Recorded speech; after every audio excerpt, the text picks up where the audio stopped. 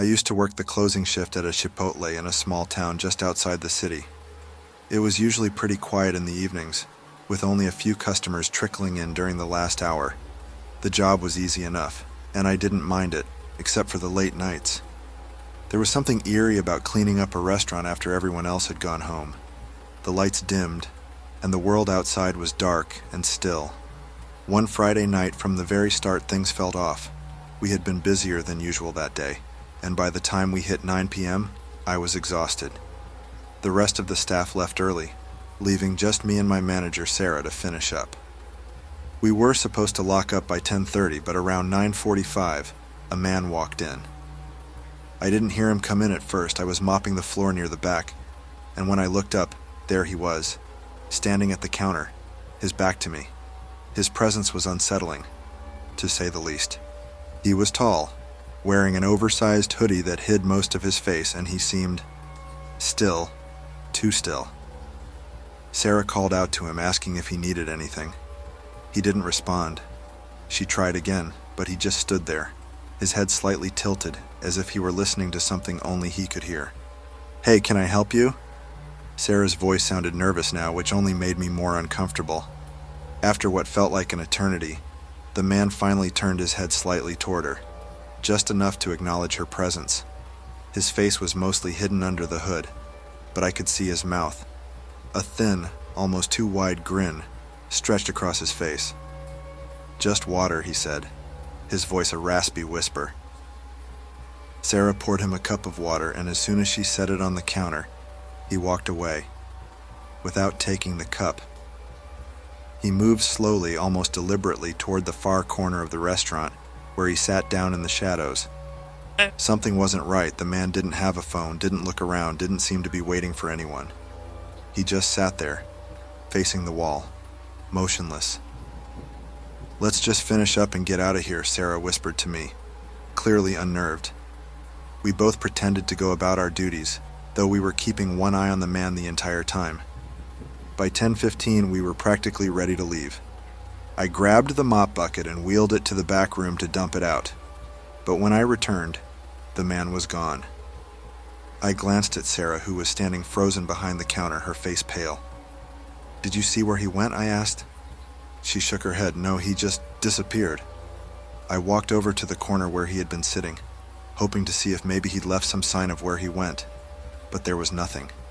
The chair was slightly pushed back, like he had gotten up in a hurry, but no trace of him remained. "Let's lock up," Sarah said, her voice shaky. "Now." We rushed through the last of the closing procedures, neither of us saying much. As I was wiping down the last table, I glanced at the door and felt my heart stop.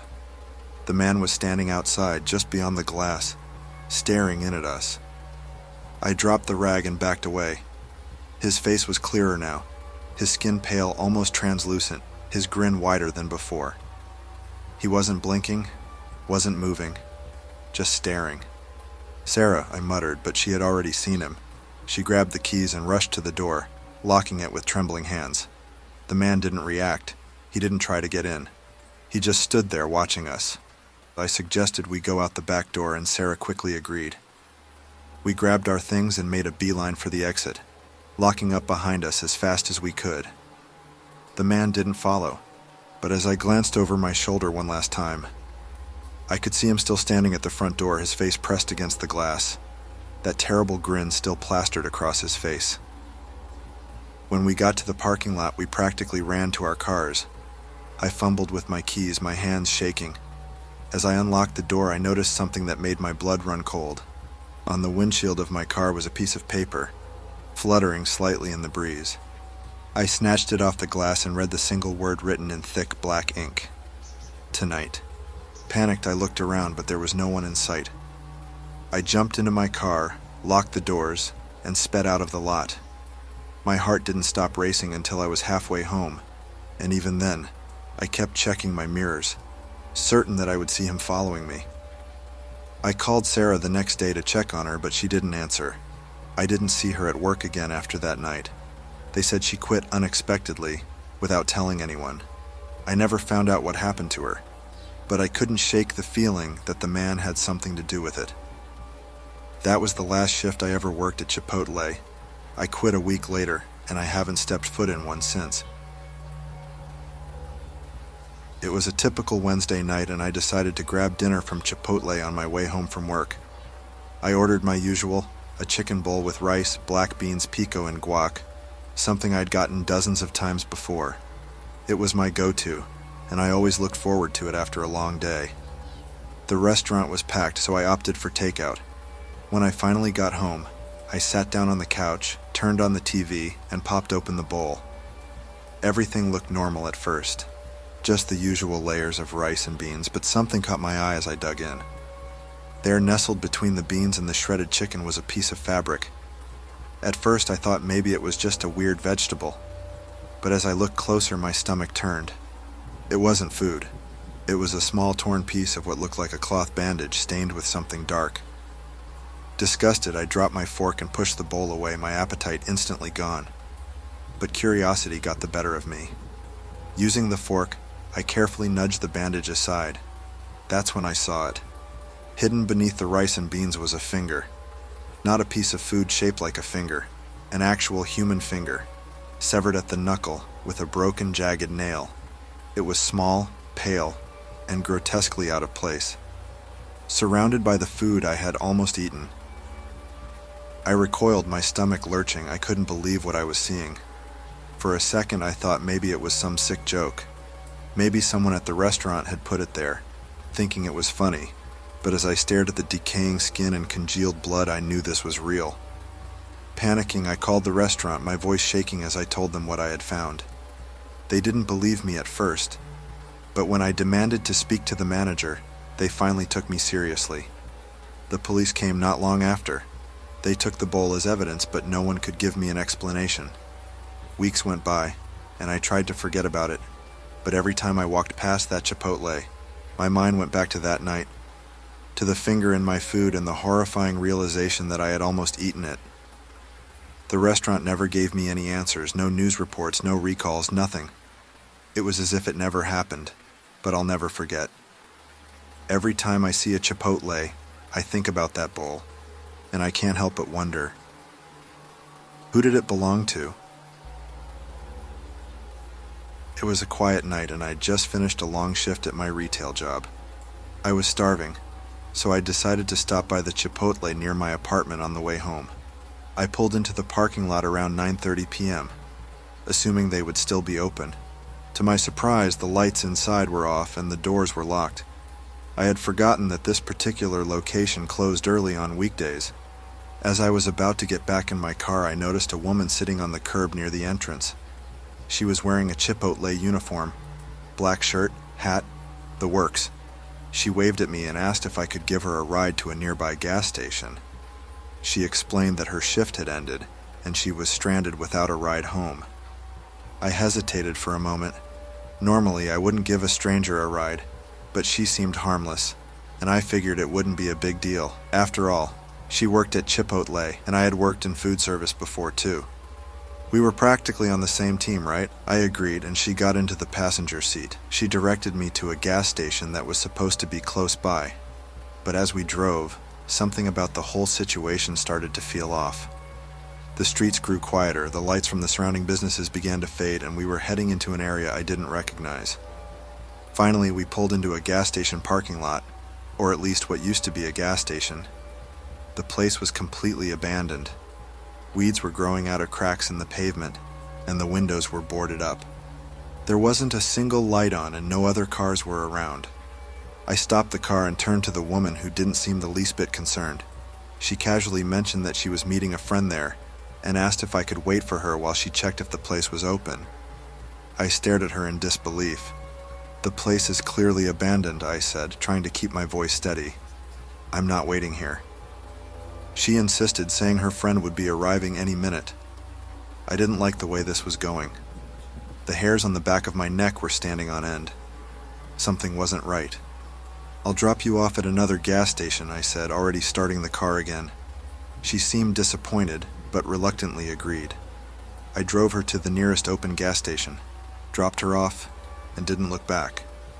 As I drove away, I couldn't shake the feeling that I had narrowly avoided something bad. What was she really doing at that abandoned gas station? What would have happened if I had let her get out of the car? Or worse, if I had waited for her? I never saw her again, and I'm glad I didn't stick around to find out what her real plan was. It had been a long day at the office, and like many evenings before, I decided to stop by Chipotle on my way home.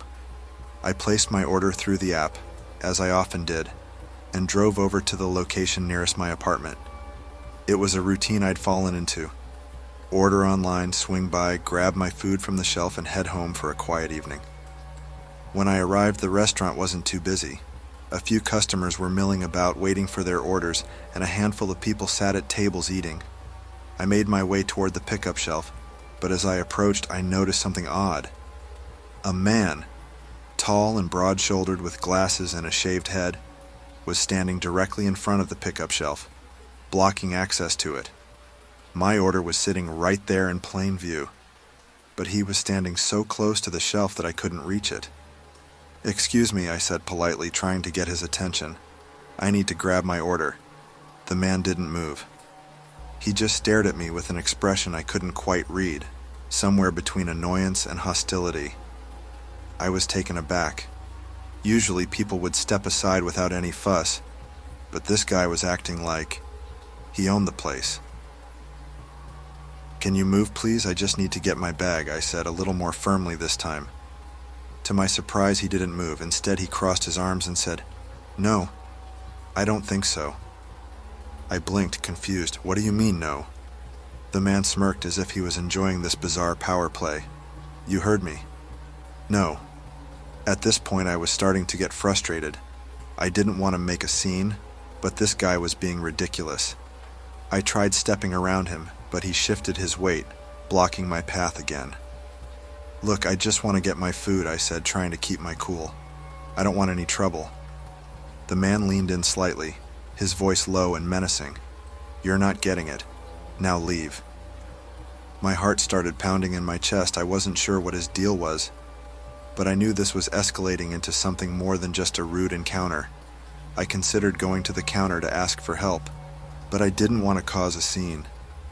I decided to wait him out, hoping he would eventually get bored and leave, but he didn't. 5 minutes passed, then 10.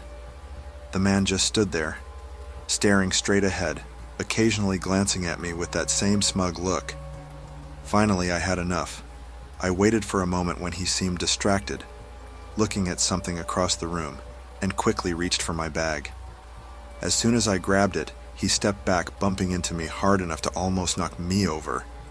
I didn't let it faze me. I held onto my bag and started walking toward the door. But the man wasn't done yet. He followed me out of the restaurant, his footsteps heavy behind me.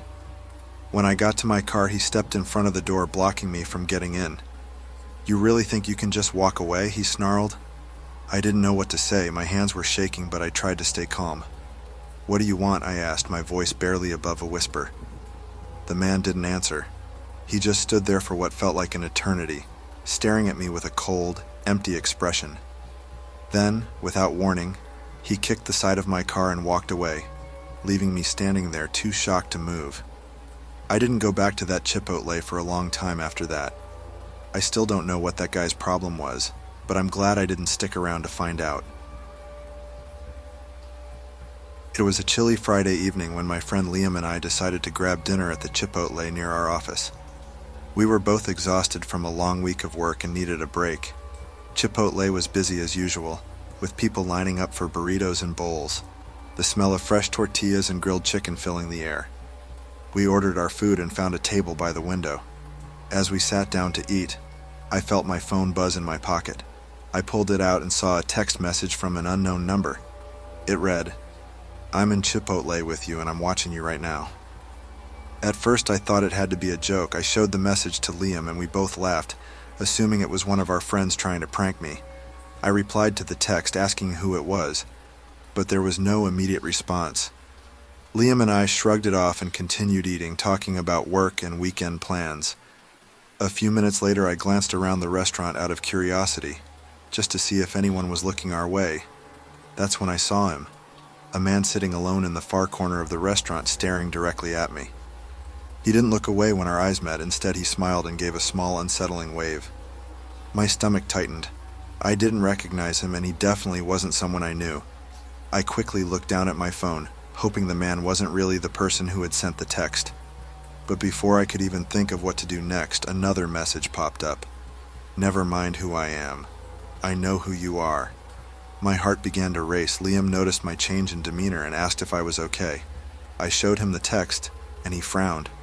We both glanced over at the man, who was still staring at me, an eerie smile plastered on his face. I blocked the number, hoping that would be the end of it, but it wasn't. The man stood up and slowly walked toward our table. My pulse quickened as I tried to think of what to do. He stopped just a few feet away from us and sat down at the table directly next to ours. Not breaking eye contact the entire time, I finally spoke up. "Do you need something?" The man just stared at me, his expression blank. Liam looked at me, clearly as unnerved as I was. I repeated the question, but the man didn't respond. Instead, he raised his hand, in a wait a minute gesture. I thought for a moment he was going to speak, but he didn't. He just stood up, turned around, and walked out of the restaurant without a word. Liam and I were both left sitting there completely bewildered. We waited a few minutes before leaving, just to make sure he was really gone. When we finally walked out, we looked up and down the street, but the man had vanished into the night. I never figured out who he was or how he got my number, but the memory of this extremely weird encounter still creeps me out till this day. I often pick up Chipotle from the restaurant a few minutes from my apartment.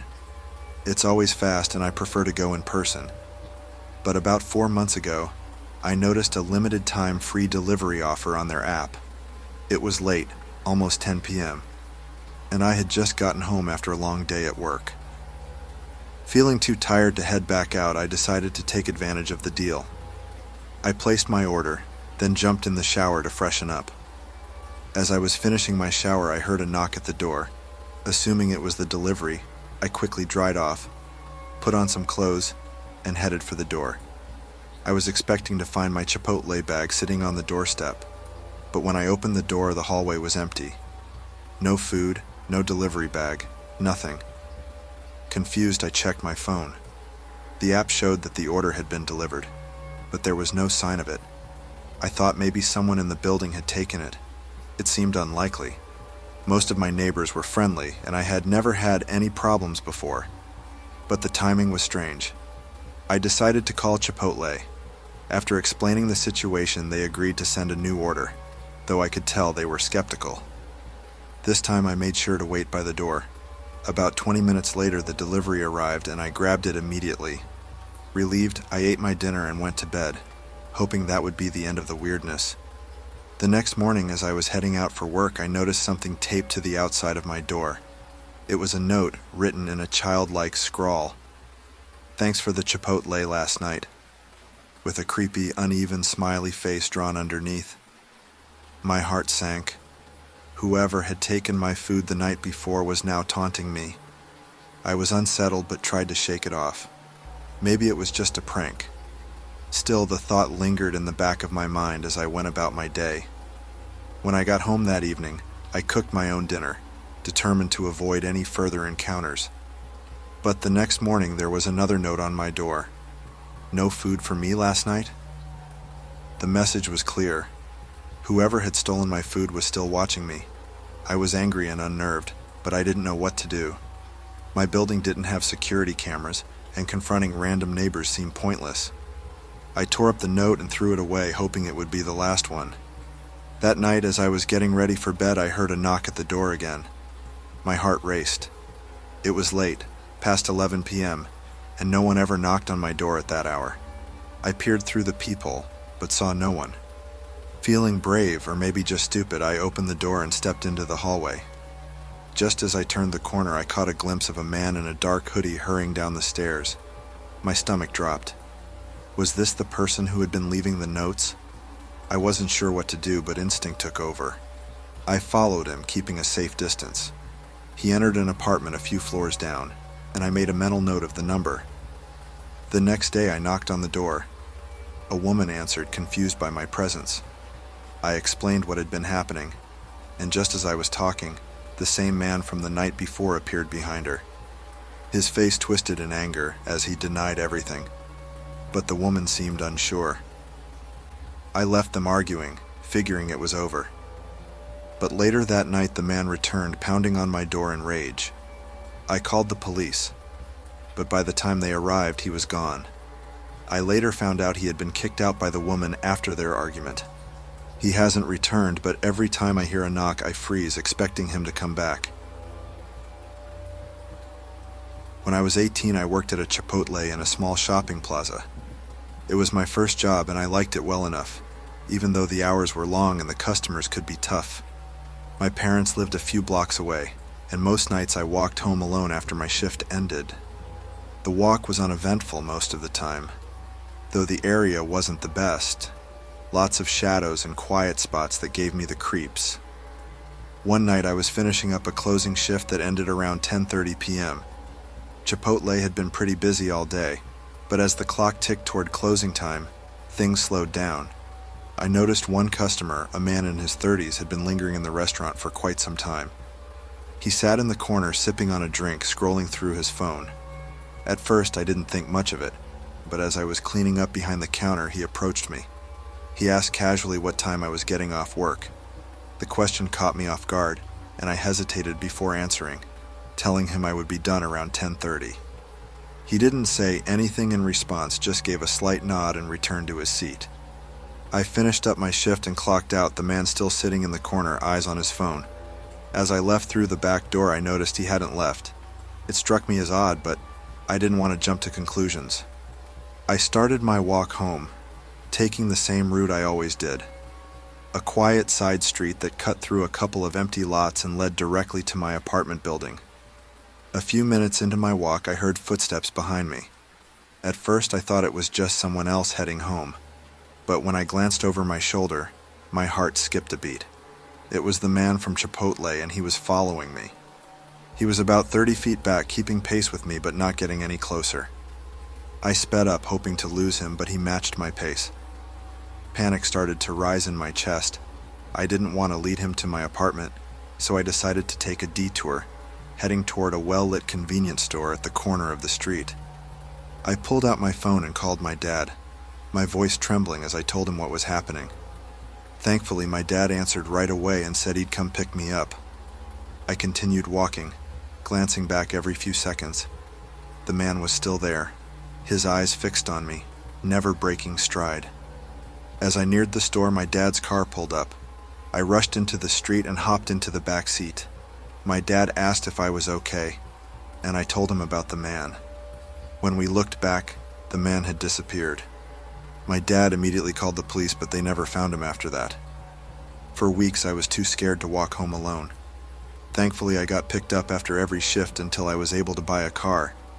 I never saw that man again, but the memory of that man's eyes, following me silently in the dark, still haunts me. It was the summer before I was set to head off to college, and I took a job at the local Chipotle to save up some extra cash. It wasn't the most exciting job, but it was easy enough, and I didn't mind it. Most of the staff was friendly, and the customers were usually in and out quickly, especially during lunch rushes. It seemed like the perfect way to kill time before moving on to bigger things in a few months. But there was one coworker, Jeff, who immediately gave me weird vibes. He was older, probably in his late 20s, and had been working at Chipotle for years. From day one, he tried way too hard to be friendly. At first, it was just a little annoying. He would hang around me during breaks, ask me too many personal questions, and make awkward small talk. He never said anything outright creepy, so I brushed it off as him just being overly friendly. But then he started to take things further. After about 2 weeks on the job, Jeff began complimenting me more. Things like, "You always smell so good," or "I like the way you do your hair." I started feeling uncomfortable, but I didn't want to make waves. I was only there for the summer, after all. I tried to keep my distance, but we worked a lot of the same shifts, and avoiding him wasn't always possible. One night after we closed, Jeff cornered me as I was getting ready to leave. He started asking about my plans for the weekend, but his tone was different. more intense. I gave short, non-committal answers, hoping he'd drop it. But then, out of nowhere, he mentioned my little brother by name. "How's Ben doing?" he asked casually. I froze. I had never talked about my family with Jeff. Not once. In fact, I barely mentioned my personal life at all around him. "How do you know my brother's name?" I asked, trying to keep my voice steady. Jeff shrugged, that creepy smile plastered on his face. "Oh, you must have mentioned it." But I hadn't, I was sure of that. My stomach dropped and I quickly made up an excuse to leave, hurrying out the door before he could say anything else. As I drove home, my mind raced. How did he know that? Had he been looking me up online? Maybe he had overheard something? But none of it made sense. Over the next few days, things got even stranger. Jeff started bringing up more personal details about my life, like the high school I had gone to, which he shouldn't have known, and the street I lived on. Every time he said something new, I felt like I was sinking deeper into a pit of dread. I started avoiding him as much as I could, taking different shifts, but Jeff always seemed to find a way to be around. One evening, as I was mopping the floors before closing, he casually mentioned my mom's job. "How's your mom doing at the real estate office?" I dropped the mop, my heart pounding in my chest. I had never told him where my mom worked. My hands shook as I picked up the mop and tried to act normal, but inside, I was panicking. That night, I couldn't sleep. I kept thinking about all the little details Jeff had somehow gathered about me. Things I'd never shared. Things he had no way of knowing, unless he had been watching me outside of work. Was he following me? Stalking me? I started parking in different places, taking different routes home, and being extra careful about who I talked to at work.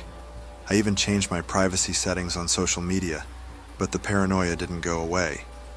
Every time I saw Jeff, that unsettling smile on his face, I felt like he knew something more, something I didn't even know about myself. I confided in one of my other coworkers, Claire, who had been there a little longer than me. She wasn't surprised. Apparently, Jeff had a reputation for being too interested in some of the younger female employees. One girl had quit suddenly the year before and no one had seen her since. Claire suggested I go to the manager, but I didn't want to make a scene. I only had a few weeks left before I was moving for college. In the final days of my summer job, Jeff got bolder. He started texting me outside of work, even though I had never given him my number. His messages were weirdly personal, asking if I'd seen the movie he knew I'd gone to last weekend, or commenting on how nice my mom's garden looked. I never replied, but the messages kept coming. On my last shift before leaving for college, I was relieved that I would finally be free of him. As I clocked out, Jeff was waiting by the exit, watching me with that same unnerving smile. "You know, I'll miss seeing you around," he said, his voice low. I forced a smile, mumbled something polite, and walked out. As I got into my car, my phone buzzed with a new message. It was from Jeff. "College won't keep me from watching." I blocked his number, deleted every social media account I had, and never looked back. It was mid-July, the height of summer, and our Chipotle location was always bustling with hungry customers. We'd been short-staffed for a few weeks, and when the manager, Lisa, mentioned that they had finally hired a couple of new employees, we were all relieved. One less stress, we thought. One of the new hires was supposed to start that week, someone named Tim. None of us had met him yet, but we figured we'd get to know him during his first shift. I was working a busy Friday night shift when Tim showed up. He arrived just before the dinner rush, wearing the standard Chipotle uniform, hair neatly tucked under the required hat. He walked straight up to Lisa, introduced himself, and she gave him a quick rundown of what needed to be done. Everything seemed normal at first. Tim wasn't particularly talkative, but that didn't raise any red flags. A lot of new people kept to themselves for the first few days, trying to find their footing. What did seem odd, though, was that Tim didn't seem to know how to do basic tasks. Things like assembling burritos or handling the cash register. When Lisa asked him to restock some supplies in the back, he hesitated as if he wasn't sure where anything was. Again, not that strange for someone who was new. But orientation covered majority of these things. but the red flags kept piling up. As the night wore on, I noticed that Tim wasn't clocking in. I thought maybe he was waiting until his break to do it, but when I checked the system later, there was no record of him at all. I asked Lisa if she had seen him clock in, and she said she hadn't.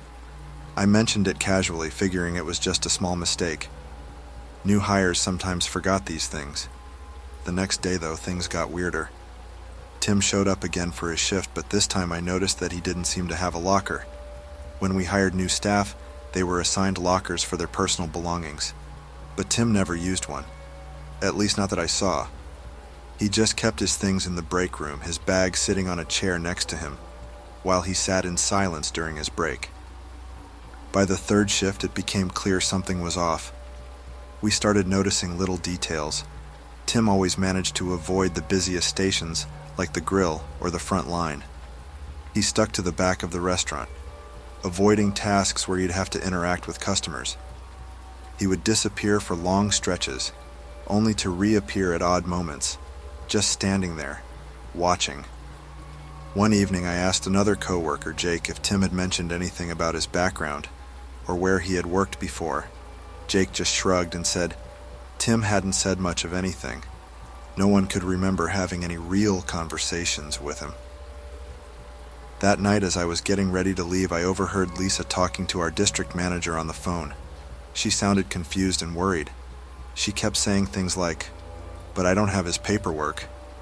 And he said he was hired last week." My stomach twisted. The next day, Lisa pulled me aside. "I checked our records," she said, her voice low, "and there's no Tim, no paperwork, no payroll entry. He's not in the system. I don't know who this guy is." The whole staff was on edge after that. Tim showed up again that afternoon, clocking in late as usual. I couldn't shake the feeling that something was really, really wrong.